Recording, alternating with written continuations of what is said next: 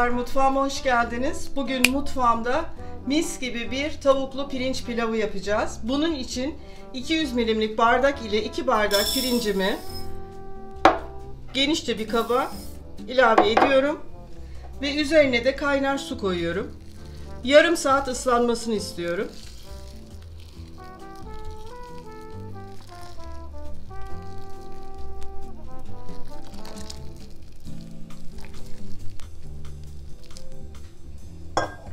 Evet, pirincimiz bu şekilde kaynar su içerisinde ıslansın. Sonra yapım aşamasında tekrar bir araya geliriz. Pilavımız için bir adet kuru soğana ihtiyacımız var ve ben soğanımı yemeklik doğrayarak başlıyorum.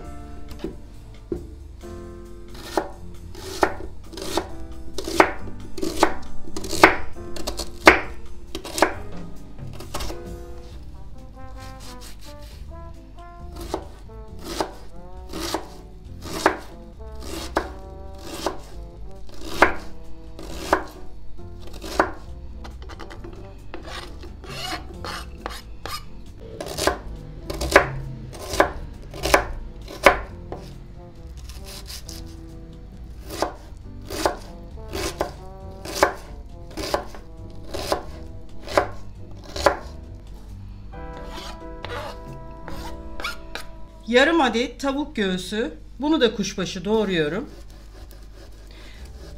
Tavuğum buzlu arkadaşlar. Buzluktan çıkardığım için.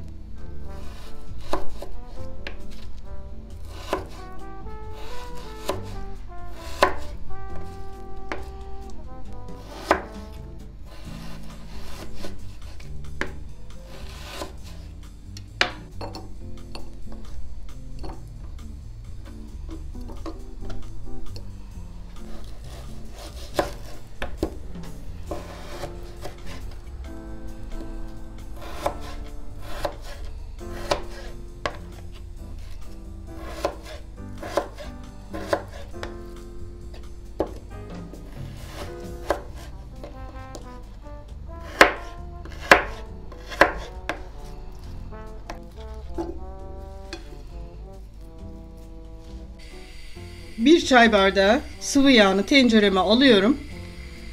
Altını da açtım tenceremin. Yağ ısınsın. Doğradığım soğanları ısınmış yağımın içerisine atıyorum.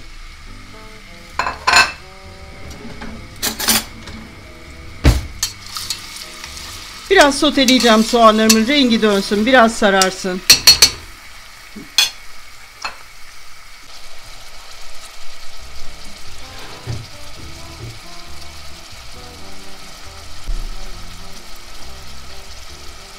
Soğanlarımı biraz soteledim. Şimdi doğradığım tavuk göğüslerini ilave ediyorum.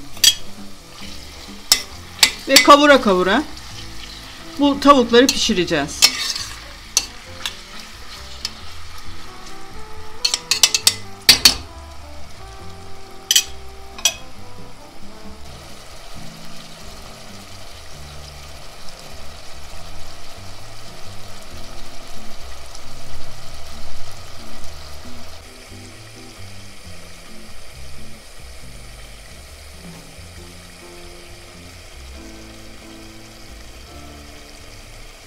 Soğanım ve tavuğum çok güzel kavruldu. Şimdi ıslattığım ve güzelce süzdüğüm pirincimi ilave ediyorum.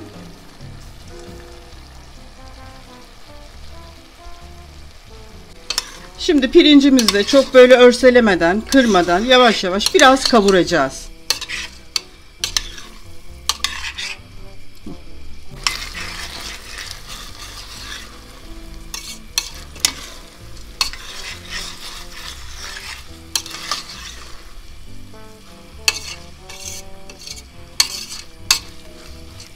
Soğan, tavuk, pirinç bu şekilde kavurduğumuz zaman lezzetler iç içe birbirine geçiyor. Çok daha güzel bir pilav elde etmiş oluruz.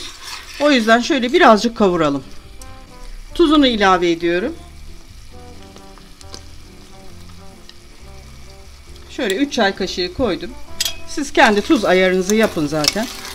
Bakın kaşığı sadece dibine şey yapıyorum. Çok fazla örselemeden. Çok güzel cızırdamaya başladı. Şimdi suyunu vereceğim. Evet. İstediğimiz kıvama geldi.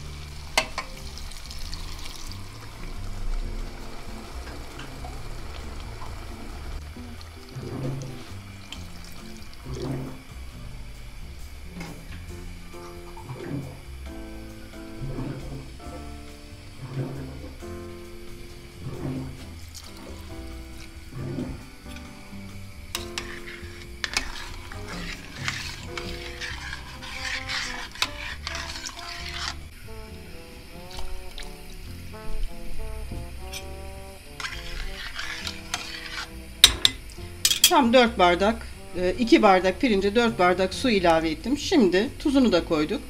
Kaynamasını bekleyeceğiz. Kaynadıktan sonra altını kısalım arkadaşlar. Harlı ateşte pişmesin pilavımız. Suyunu birden çeker, pirincimiz pişmez.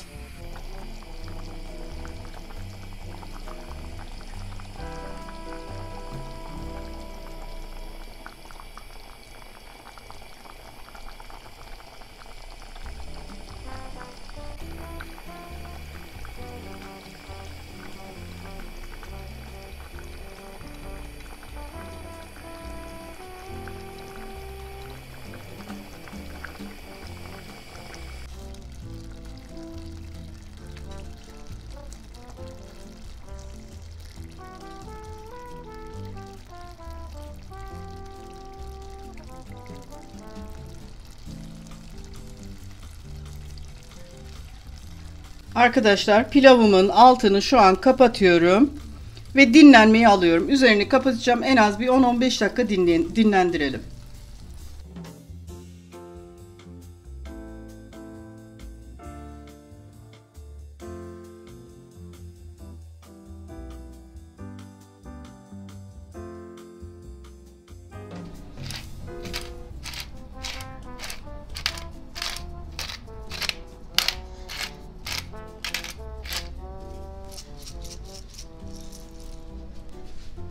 Tavuklu pilavımız hazır arkadaşlar. Dinlendirdim. Şöyle bir servis hazırladım. Gayet güzel oldu, tadına baktım. Sizler de uygulamak isterseniz birebir ölçüyü videonun altına yine her zamanki gibi yazacağım. Oradan bakıp uygulayabilirsiniz. Bir dahaki tarifimde diyorum. Buluşmak üzere. Hoşça kalın.